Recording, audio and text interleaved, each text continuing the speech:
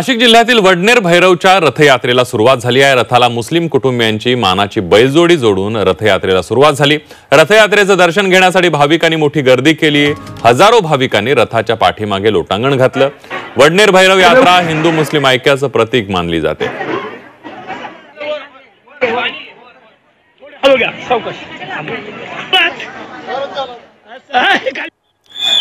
धुळ्यामध्ये आई एकवीरा देवीच्या चैत्र उत्सवाला मोठ्या उत्साहामध्ये सुरुवात झाली आहे। यावेळेला मोठ्या संख्येने लहान बालकांचं जाऊळ मंदिरामध्ये काढण्यात आलं।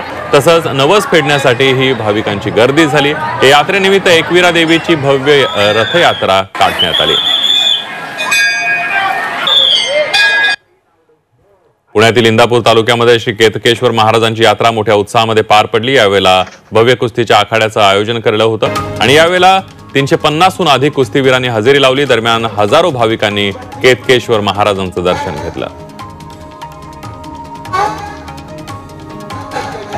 तुळजाभवानी देवीची चैत्री पौर्णिमा यात्रा आजपासून भक्तिभावात आणि उत्साहामध्ये सुरू झालेली आहे। या काळामध्ये देवीच्या दर्शनासाठी राज्यभरातून लाखो भाविक गर्दी करतात। दरम्यान भाविकांची गर्दी लक्षात घेता तुळजाभवानी मंदिराचं मुख्य प्रवेशद्वार 15 तारखेपर्यंत बंद ठेवण्यात येणार आहे। भाविकांना कुठलीही गैरसोय होऊ नये म्हणून मंदिरामध्ये प्रवेशासाठी पर्यायी मार्ग उपलब्ध करून देण्यात आला।